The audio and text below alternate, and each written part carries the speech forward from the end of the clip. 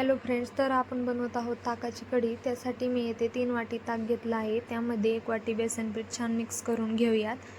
तर बेसन पीठ व ताक छान मिक्स करून घ्यायचं आहे। त्यामधील गाठी फोडून घ्यायच्या आहेत। तर हे छान मिक्स झालेलं आहे, तर आपण हे साईडला ठेवून देऊयात। तर त्यामध्ये मी आता कढई गॅसवरती गरम करण्यासाठी ठेवलं आहे। तर त्यामध्ये 2 चमचे तेल गरम करून घेतलं आहे। त्यामध्ये आता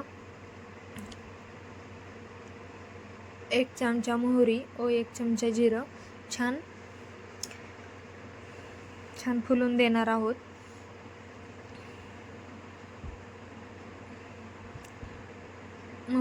मोहरी व जिरं छान नाचायला लागलं की त्यामध्ये आपण कढीपत्ता छान तडतडून देणार आहोत।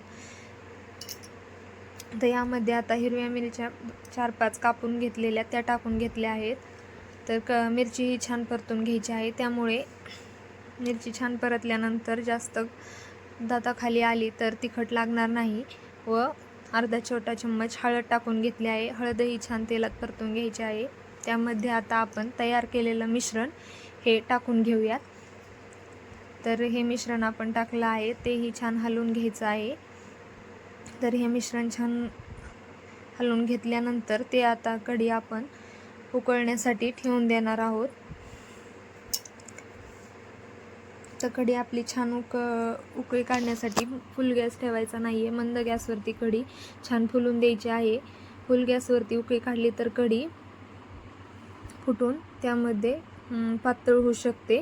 तर त्यामध्ये मी आता चवीनुसार मीठ व कोथिंबीर टाकून घेतली आहे। तर पाहू शकता तुम्ही आपली कढी किती छान दिसत आहे।